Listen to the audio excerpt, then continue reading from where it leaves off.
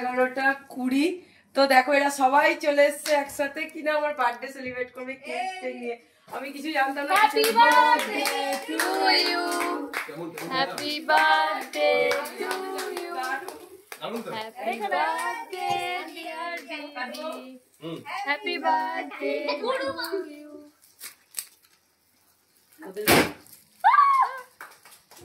অসম্ভব সুন্দর একদম। আমরা যেটুকু পেরেছি সেটুকু ব্যবস্থা করেছি, কারণ প্রচন্ড বৃষ্টি হচ্ছিল আর অনুষ্ঠানও ছিল, খুব তো খুশি। সেই কারণে আমরা গোটাটা ব্যবস্থা করতে পারিনি। যাই হোক, একটু ঘাটা দিতে হবে। এদিকে ছাড় দে, পরে খাবে। ওটাই থ্যাংক ইউ। কাগজ চলে এসছে।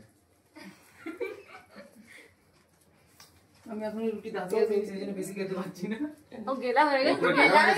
আমাদের খাটালি ভাই ওই জন্য যে আস্তে আস্তে আসছে কেন? ওই চাবি খুঁজে পাচ্ছি না। তুমি খাও। আমি প্রিয়াঙ্কাকে কাটবো।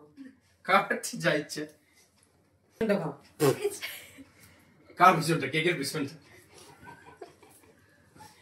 কি অবস্থা বন্ধুরা, দেখো এত রাতে এসছে, মানে 11:30টার সময়। তো কি করবো, ডিম পোচ আর চাউমিন করেছি।